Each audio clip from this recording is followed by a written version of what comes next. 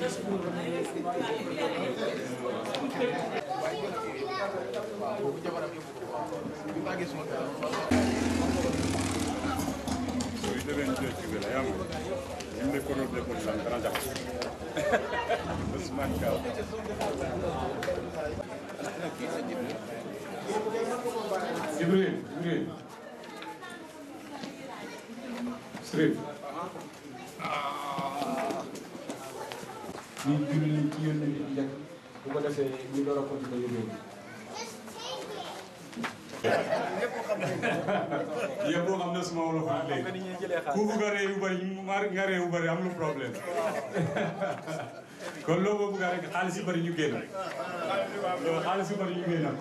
Areas, please, not trying to find areas.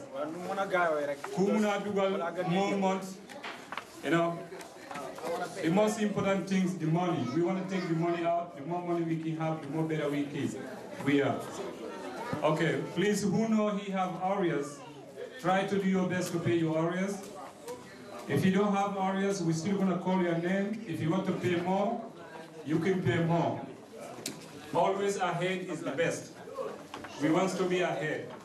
The more we are ahead, the more we going to have connection. So it's very, very important. Thank you very much. Now we're going to start calling names. Thank you.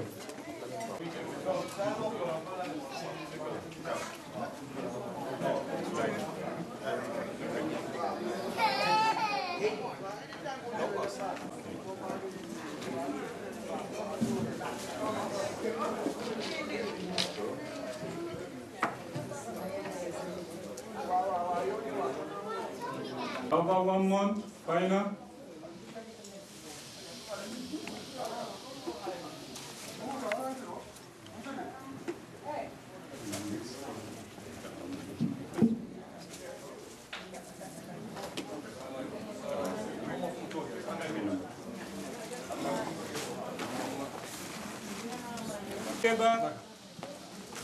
Suteba, 1 month. Papa boy. Papa boy.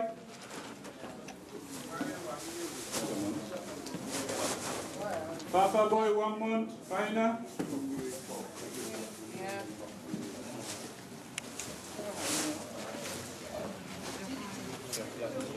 Sertijan Bousou. Sertijan Bousou.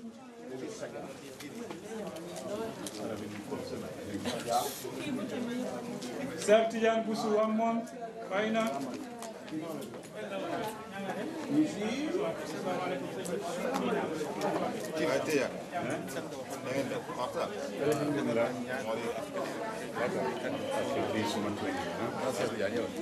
Sana tell me more again.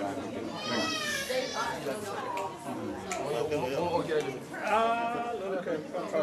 Take. 17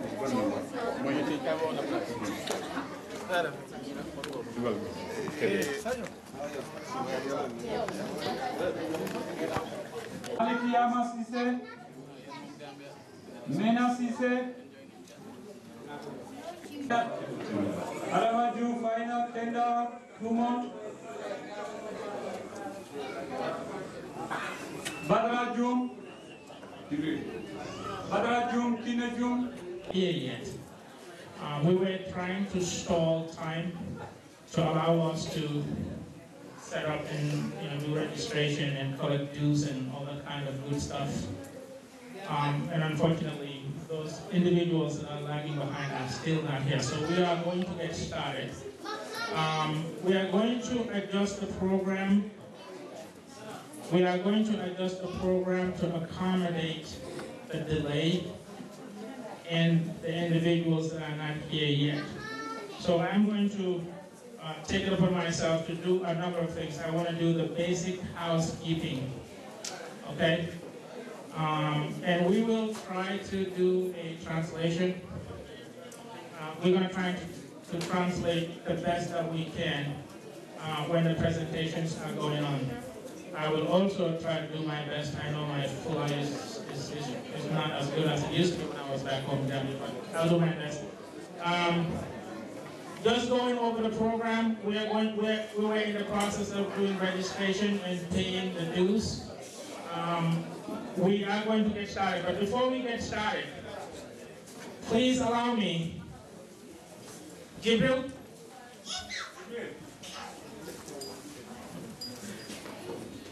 Please allow me to welcome you. My name is Myra Toure, and I am asked to moderate and MC the Master Ceremony for this occasion. And this is our 8th annual conference of the Pan-African Society of Rhode Island.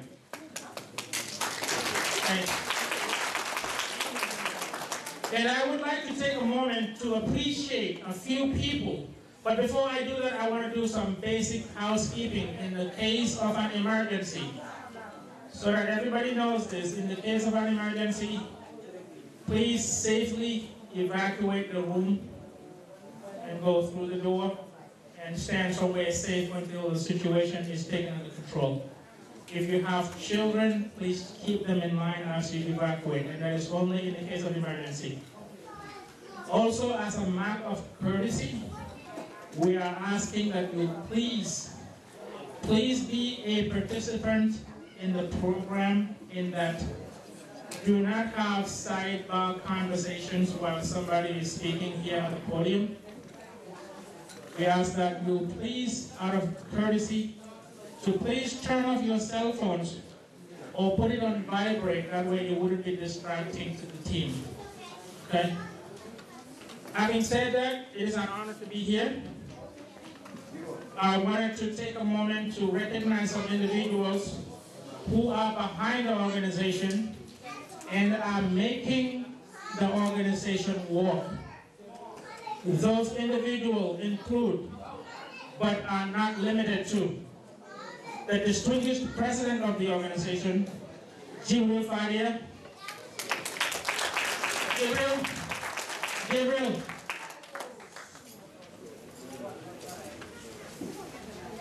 I would also like to recognize the Vice President of the organization, Amadou Diallo. Amadou? Yes, just to stand here and be recognized. I would also like to recognize the Secretary General of the organization, who also happens to be my uncle, Madame Diouf. Yeah. Oh, Uncle, can you come down here, please? I would also like to recognize the treasurer, the guy with the money, Sana Maron.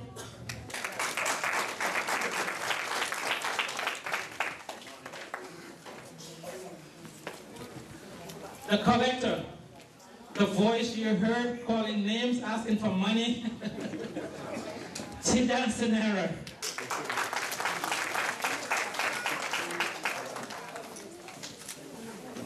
The auditor of the organization, the individual that we trust to trust the trustee, Modu Manga.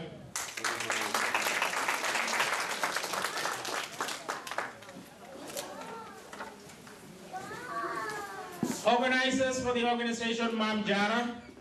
Is she here? She's not here yet. Ami Kolinjai, she here? Please. She likes her name. The mobilizers, Uminyang, Yaganjai, our Sheikh Jom. She's not here. But Njaga, is Njaga here by any chance? Njaga? Oh, he's the gentleman with the camera here. Ladies and gentlemen, please give them a round of applause.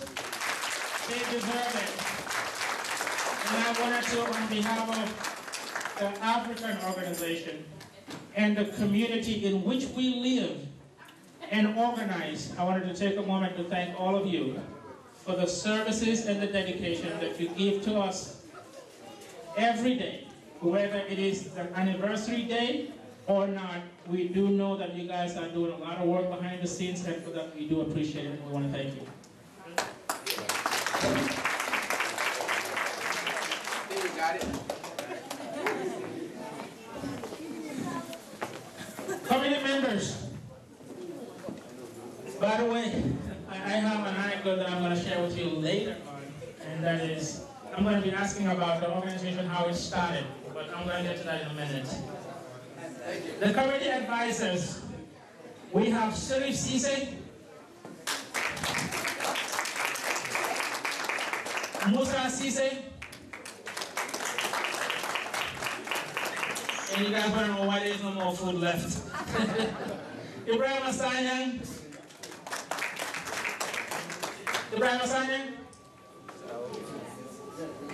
Alu J. Sise.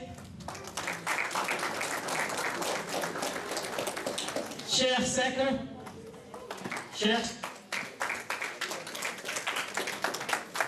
Wakature. Kamsir Pane. And Abdurrahman Low.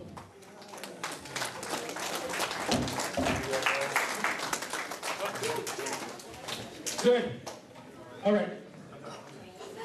I wanted to also recognize these guys here that are with me here at the podium for their dedication and hard work. We do appreciate everything that you do, and we couldn't wish but the best to the team.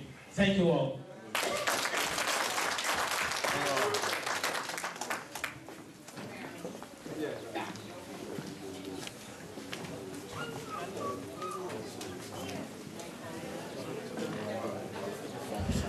All right, I was told that Ibrahim Asanyang is not here, but deputizing for Ibrahim Asanyang is the wife, Mrs. Sanyang. Mrs. Sanyang, thank you. Thank you very much. All right, I'm going to call an elite group, 6 people. I'm going to call them down here, and if you're here, if you hear your name, I want you to join us. Join me down here. These 6 people that I'm about to call are the founding members of this organization. And an anecdote about the founding members of the organization. I was talking about the last names, Caesars. We have 3 Caesars here and 1 Ture. No wonder we're outnumbered. Guys, ladies and gentlemen, let me tell you that this idea of coming together like this came over food they were eating. That's how the idea came about. They were having lunch one day and somebody came up with this brilliant idea, and the rest is history, as they say. May I please have Sharif Sise, please? Sharif Sise? Sharif Naar Sise. Eastern Africa. Uncle Manadjouf, come back here, please, Uncle. Musa Sise, please join me. Mari Sise. and Aladdin Gom.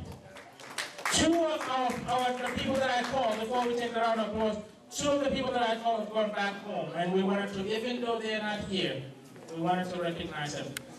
Guys, good ideas come from brilliant minds. People who wish good for one another, thinking alike, making things happen. That's how we're here today. It wasn't my idea, but it is always a good idea to give credit where it is due.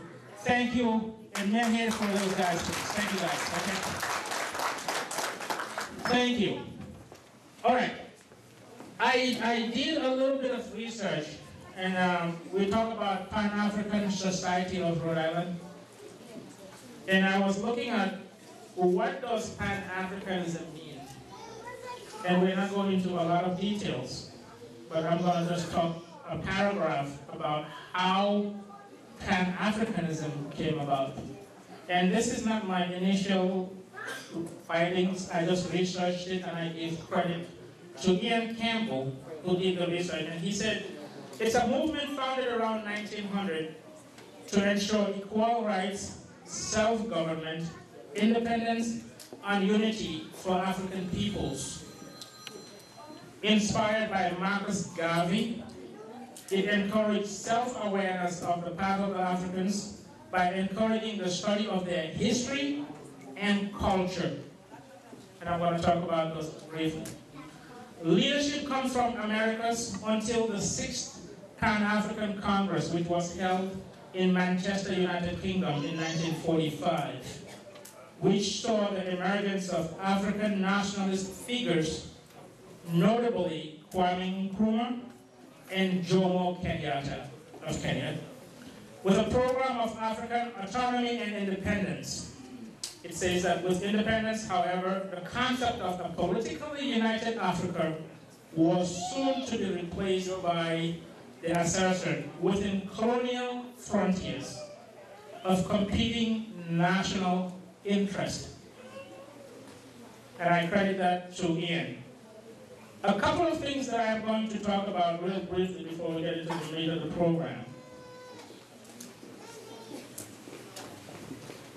is we're not going to talk about human rights and stuff, or at least I am not going to talk about that right now, or self-governance and independence, but we're talking about unity for African peoples. And when we talk about African peoples, we're talking about all of us, inclusive. And may I say, please, for the record, please keep in mind that when we talk about Africa and Pan-African organization, we are all inclusive. We are in America, after all. And we do have people who are not native of Africa, but are ingrained in our organization, ingrained in our culture, and ingrained in our activities. With that said, please, 1 second, I want you guys to take a look at this. I wanted to make it a little bit of fun. Okay? This is the paragraph. Please come down this way. Excellency, 1 second. Can you guys come close so that you can... Don't let me, guys. Please, come close. So you can see the board. Come on, guys, don't be shy. There's money here, it's free. All right, we're talking about Africa, our leaders, and all of that stuff. I want you to take a look at the board and share with me your comments here. Do you know who this guy is? That's the giveaway. That's Marcus Garvey. And that flag is the first flag of Pan-African Union. That's the flag of the Pan-African organization. Now that might not like question. I'm gonna ask you guys some questions. Leaders of Africa who have made a difference in our lives in one way or another. Who's the guy on the left? Kwame Nkrumah, yes. And the guy on the right? Jomo Kenyatta. I got it from the passage, so I did some research. There they are. How about these guys? Do you know your people? Who's the guy at the top? Bongo. Omar Bongo, somebody say Omar Bongo. How about the bottom? Mandela. No. Nyerere, Mandela, anyone else? Anyone name? How about the guy to the right? Sekou Touré.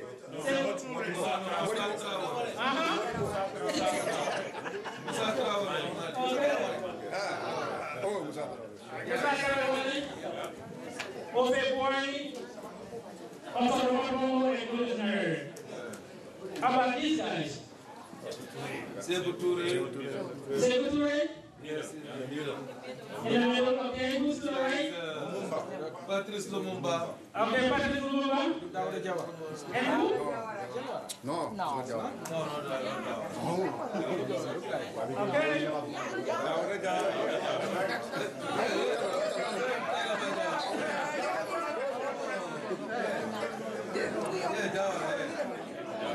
How about these guys here? Oh, Senghor in the middle. Senghor in the middle.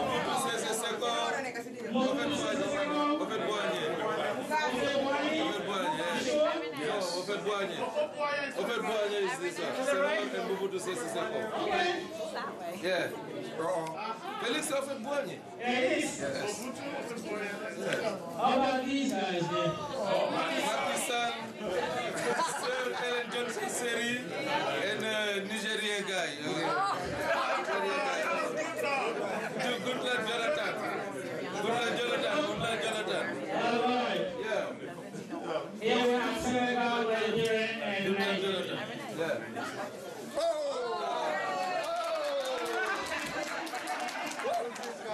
Oh, shit. That's that guy. That's my man. Yeah. That's my man. How about that guy? That's my man. He's right here. Thank you.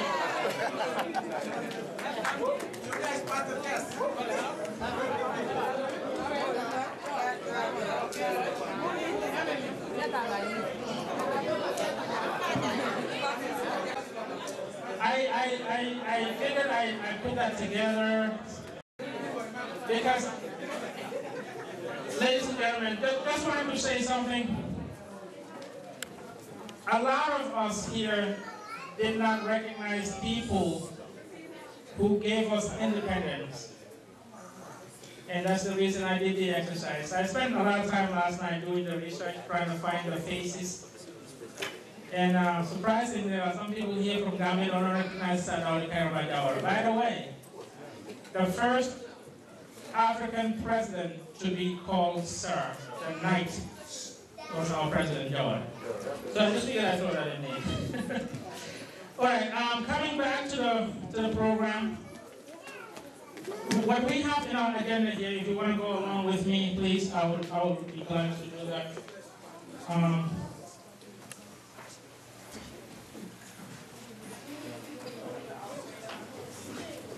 That's the agenda that we have. And if you want to just walk with me on that, like I said, we're going to move things around. We're doing registration that's on the way, entertainment. I just wanted to let you know that we have a group of entertainers. We're going to have Cora, is that correct, David? Yeah. Right, we're going to have good entertainment here tonight when we take a break. So I encourage you to stick around. And as is traditional, guys, when we have musicians playing, throw them $1 or $5. You're not going to hurt anybody. If you can, please be generous. We are going to have a brief prayer or a minute of silence, and we each individually pray, be it in the Quran, the Quranic version of it, or in any denomination that you want to pray in, that will be fine. We're going to do that momentarily. I just gave you a brief conversation about Pan-African society, the Pan-African history. I'm going to call Jibril Fadia to talk about to give us a brief conversation on the Pan-African Society of Rhode Island. Jibril, our president. Mr. Fadia. Who is going to lead? Tidan, is there anybody here that can lead a prayer? For 1 second, just a Fadia will be fine, a short prayer. Somebody? Yeah, Ustaz Kevin is right there, I'm sorry, I didn't see you. Yeah, Ustaz.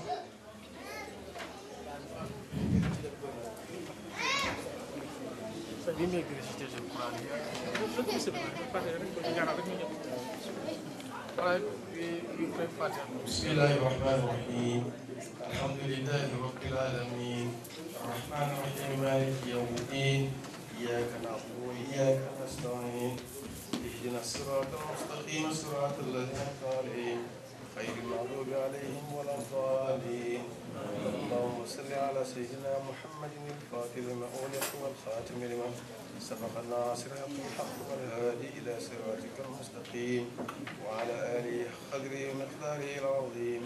اللهم صل على محمد وعلى آل محمد كما صليت على إبراهيم وعلى آل إبراهيم في العالمين إنك الحميد المجيد.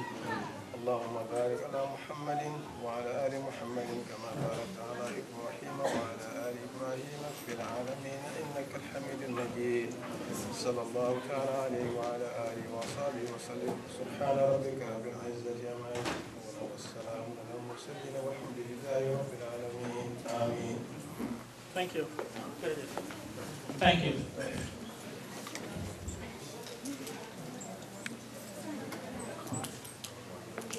I wanted to take a moment to introduce the guests that we have here.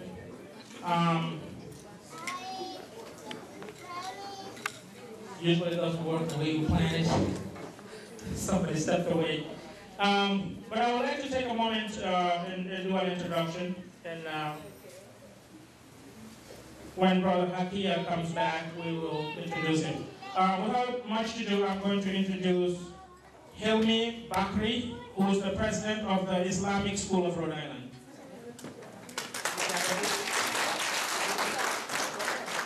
And also Teresa Napolitano, she is an immigration attorney, married to our brother, Senegalese, inside New York. And the gentleman that went to the men's room, his name is Brother Hakia, and he is with RICMA, RICMA PAC it's called. And he's going to be giving us a brief presentation, okay? And if you don't mind, if you have any questions, I would ask that you hold on to your questions. When the presentation is done, I will entertain questions, and then we answer the questions, and we go to the next guest speaker, right? We will do interpretation, translation in Wolof and Mandingo, or any language that is needed. If anybody needs a business card from one of our guest speakers, we will facilitate that as well. Brother Hakia, I just spoke about you. May I ask you to set up and get started, please? Thank you, everybody. Thanks for coming.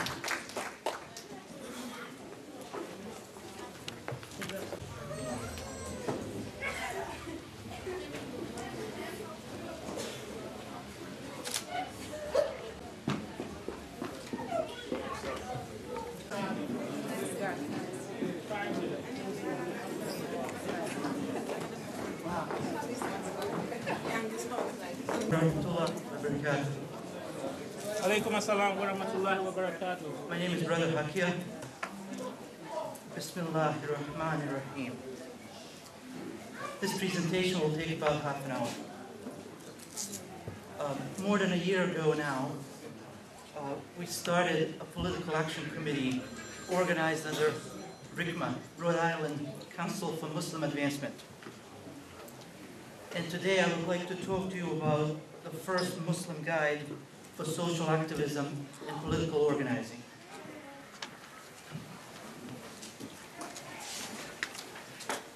Things that I will talk about today include activism as an obligation from the Quran and Hadith, Islamic history examples, unity, RICMA PAC goals within this framework, U.S. representative system in which we live, a couple of model actions that we've successfully taken, RICMA PAC actions save lives, how to get involved, and our belief that Masajid and ISRI, Islamic School of Rhode Island, are the foundation of the community.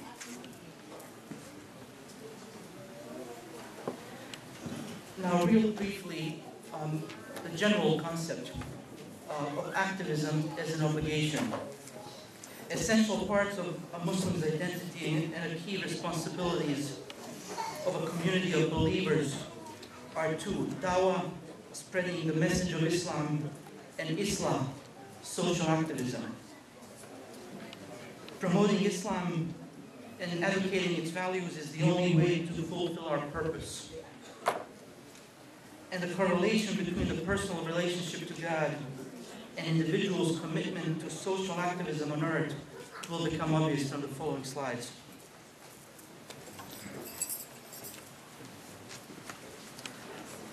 what does our Prophet Muhammad sallallahu alaihi wasallam teach us about this subject?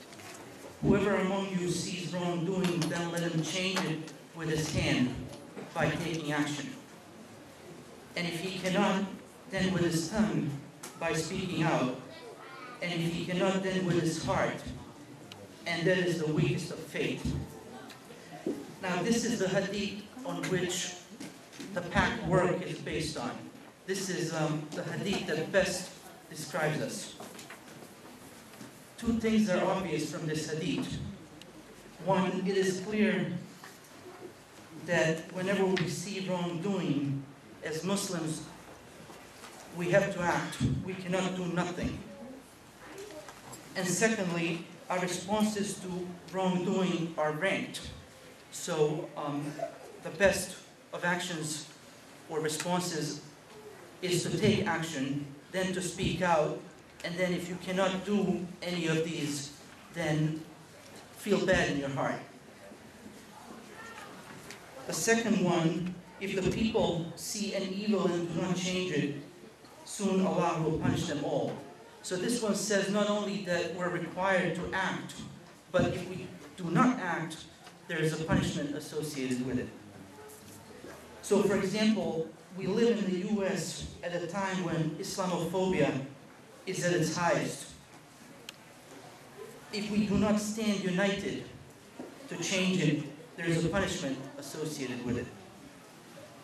Other issues in addition to Islamophobia that need changing include laws that permit the government to conduct surveillance or detain citizens or others without proven guilt, issues concerning our countries of origin, where the US is involved, etc.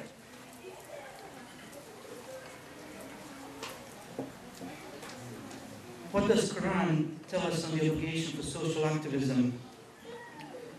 O you who believe, stand out firmly for justice as witnesses to Allah. Again, a commandment to take action, stand out firmly for justice. The second verse, invite to the way of your Lord with wisdom and good instruction, and argue with them in a way that is best. This verse directly relates to Muslims living in a non-Muslim country. Argue with them in a way that is best. So this is similar to when the PAC sends letters in our lobbying to our elected representatives, and we argue with our elected representatives to persuade them to our side, to support our issues based on constitution, religion, morality, so all the ways that are best. What are some of the ways that are not best? Argue arrogantly, yelling, or in an adversarial way.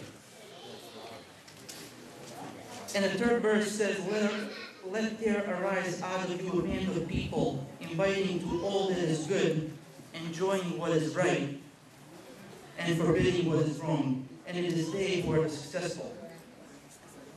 This is what the PAC is all about. It is a group of Muslims, mostly professionals, representatives of many organizations in Rhode Island, who are taking the time from their families, from their leisure time, to benefit all of us, the entire Muslim community.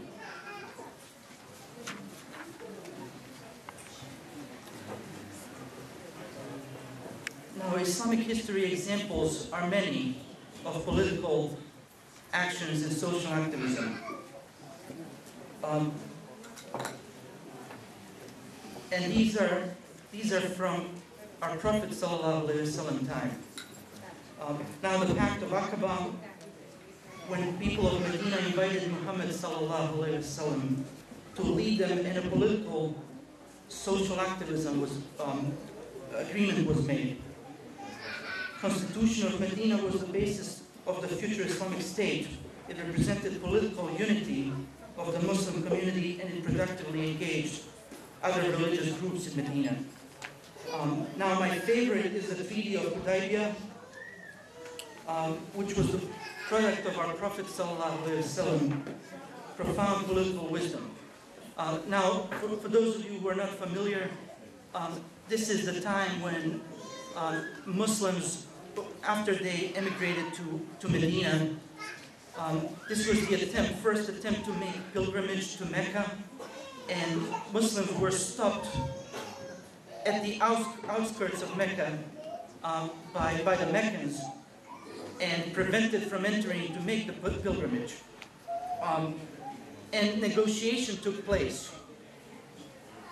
And our Prophet ﷺ gave in to all negotiation points, but what was gained was 10 years of peace, and very importantly, this was the first recognition of the Muslim community, or the Islamic State, if you wish, as a political entity, as a major or a signer to a major regional agreement. And the fourth example is Muhammad ﷺ correspondences with the king of Persia, emperor of Byzantium, and patriarch of Alexandria. So these correspondences are very similar to when we, through the PAC, correspond with our elected representatives or the president.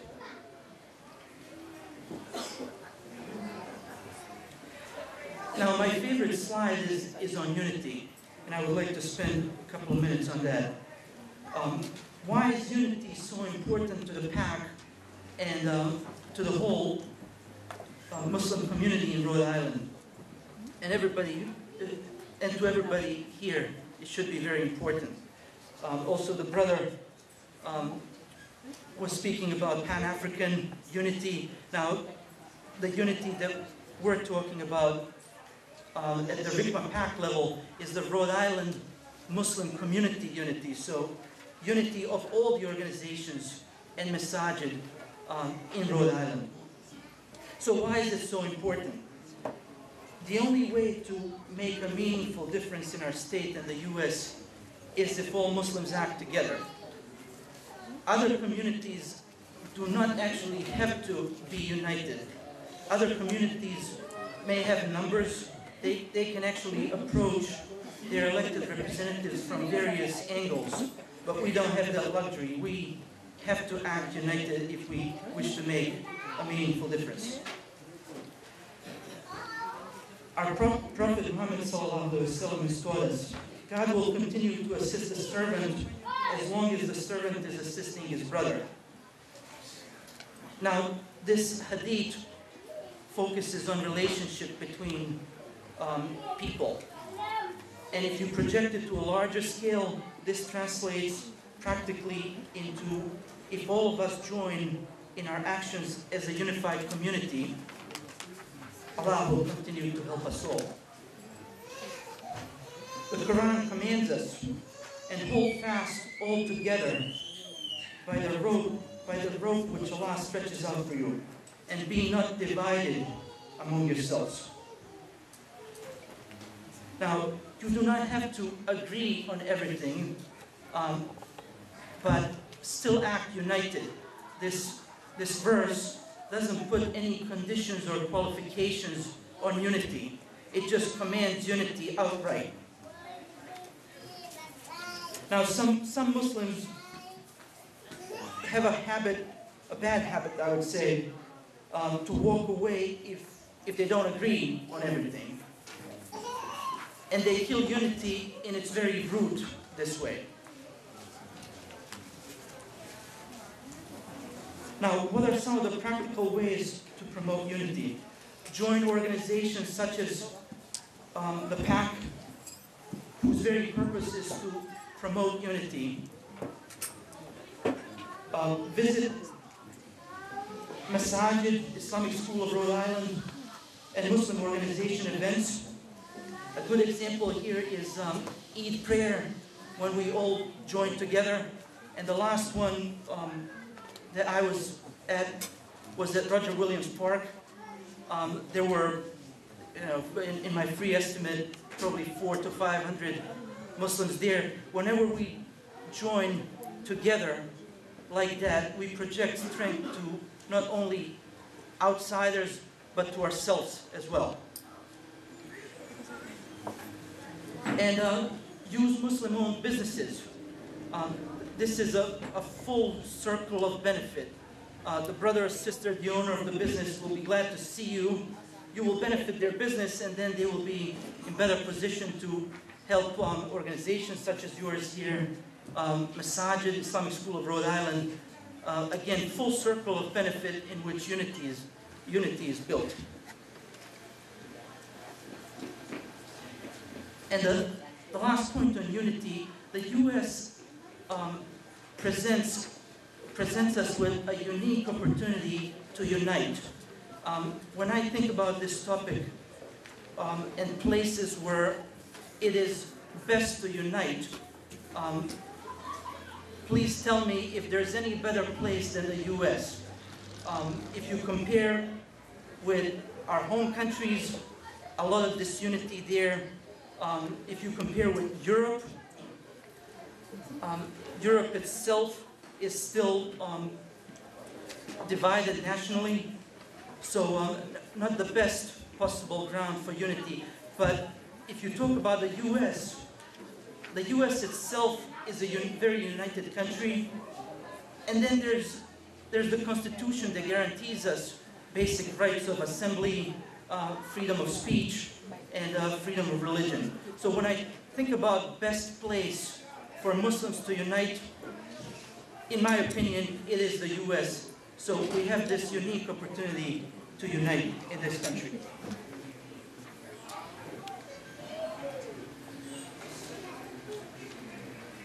Now, the Rigma Pact rolls within the framework of what I said already.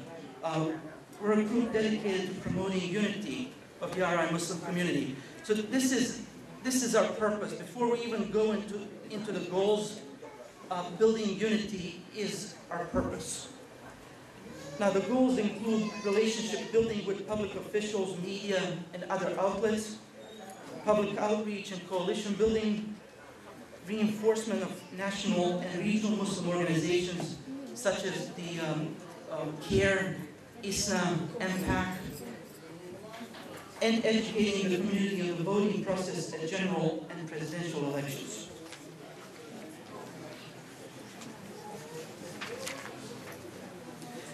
Now, real briefly on the U.S. representative system in which we live, and how laws are created that affect us. There is the U.S. Congress and the state Congress. Both are structured in two chambers. One is Senate, the other one is House of Representatives. I will talk mostly about the U.S. Congress because the federal laws passed by the U.S. Congress are the ones that affect us most. Now, there are two senators from Rhode Island, and senators represent all of Rhode Island. So whenever you write or call senators on an issue, it doesn't matter where you live. Both senators represent all of Rhode Island. And then in the House of Representatives, there are two representatives, David Cicilline and James Langevin. Based on where you live, based on the zip code, one of the representatives represent you in the House of Representatives. Now, a lot of what I hear is, why would these elected representatives listen to anything we say? There are at least two good reasons why they would listen to us. The first one, by law, our elected representatives' jobs are actually written in the law, and their jobs are to represent all residents of Rhode Island, not just the citizens, U.S. citizens, not only permanent residents, but people, all the residents of Rhode Island, including students on a student visa. And the second one, and more practical reason, is they want our votes. Because they never know who they will run against next time, and they're always looking for communities like ours to gain votes and to do favors for us.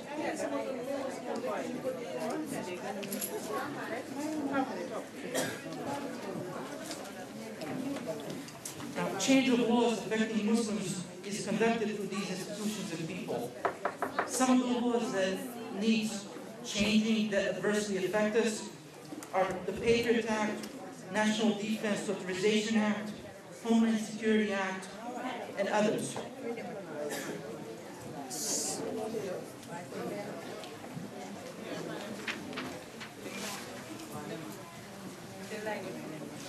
Now I'm going to go over a couple of successful actions that we've taken. The first one is Egyptian revolution. In the beginning, if you watch the news, the U.S. supported the Mubarak regime. So what we've done, we organized a rally in front of the State House that attracted not only Muslim groups, but many other groups as well. We also wrote a letter to our representatives in the federal Congress, and the result was the change of U.S. policy. Obviously, we haven't done this on our own. All the other groups across the country lobbied in the same way, and the result was the change of U.S. policy in favor of supporting Egyptian people and opposing the Mubarak regime.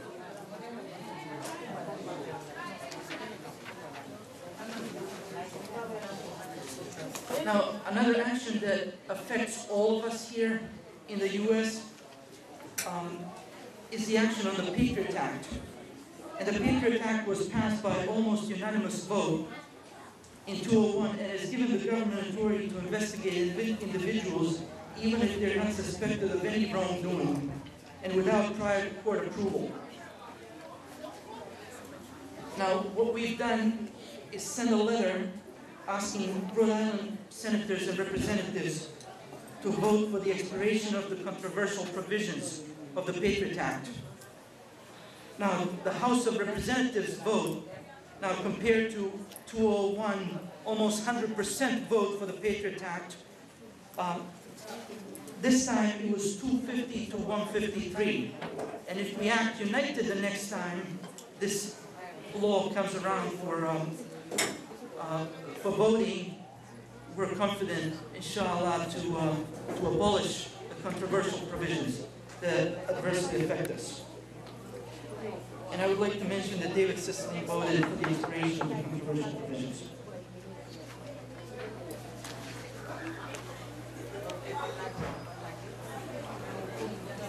Rickman PAC actions actually save lives. For example, in the Egyptian revolution case, every day could have meant 10 people or tens of people being killed. So what does Quran tell us on saving lives? And if anyone saved a life, it would be as if he saved the whole humanity.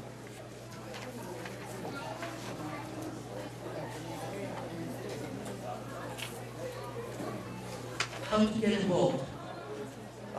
I will pass the sign-up sheet, and please put at least your email address. We communicate mainly by email. We are very respectful of your time, and we send only 1 to 2 emails per month, and these are complete actions. So not much information sharing. We usually call for action when we, specific action when we send an email. So step 1 is to join Rickman PAC mailing list either by signing the sign-up sheet, putting your email, or emailing to pac@rickman.org. Step 2 is to actually take action. What we've done so far, mostly, is send pre-written emails that literally take you 2 minutes to forward to your elected representatives. So it's a pre-written email with contacts for your elected representatives, and what we ask is that you forward the pre-written email to your representatives. So very, very quick action, 2 minutes, the most of your time. Attend events organized by Rickman PAC or our coalitions, sign petitions, and be the bridge with outside groups or coalitions. If you're interested in this, please talk to me, and we can set something up.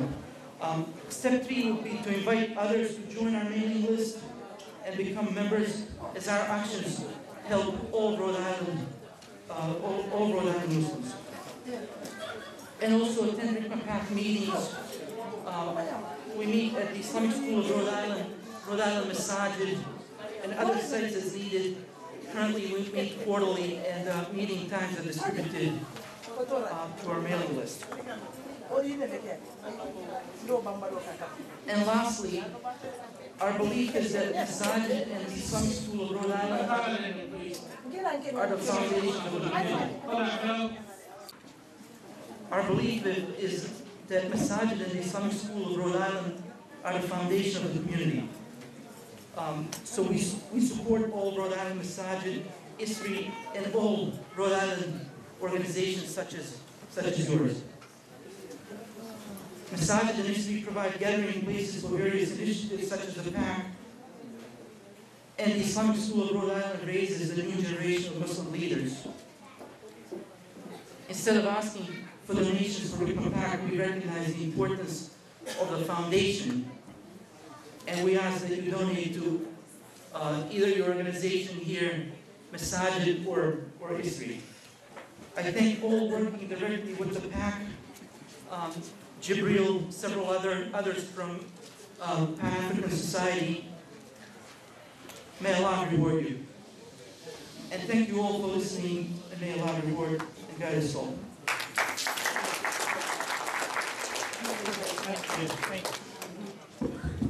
Thank you.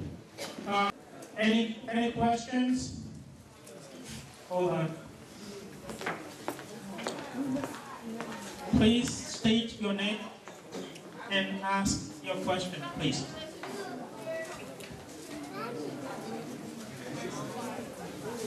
Good afternoon, everybody. My name is Mahdi Falai. I want to appreciate the beautiful presentation of the speaker. I was very excited at the list of actions taken. But I was disappointed that among the list of action was not Sudan mentioned. What is your organization doing concerning the situation in Sudan, where we see Arab Africans committing a lot of atrocities against non-Arab Africans in Darfur and now in Southern Sudan? When something like this is happening elsewhere, there's a lot of outcry. But when it is happening to black people and Africans, the whole world just be quiet. Years ago, we saw what happened in Rwanda. How a million people wasted away over a period of 100 days or more. CNN was watching, was showing it and sending it all across the world, and everybody kept quiet. But if it is the Palestinians, I'm not saying that there should not be, people should not speak out for the Palestinians. If two people die in Palestine, then the whole world, everybody starts shouting. What is happening? Why is African issues being put on the back burner? And now you have spoken here, you did not mention Sudan, you did not mention places where atrocities are being committed against Africans. The situation is terrible. Please, I will thank you. Thank you.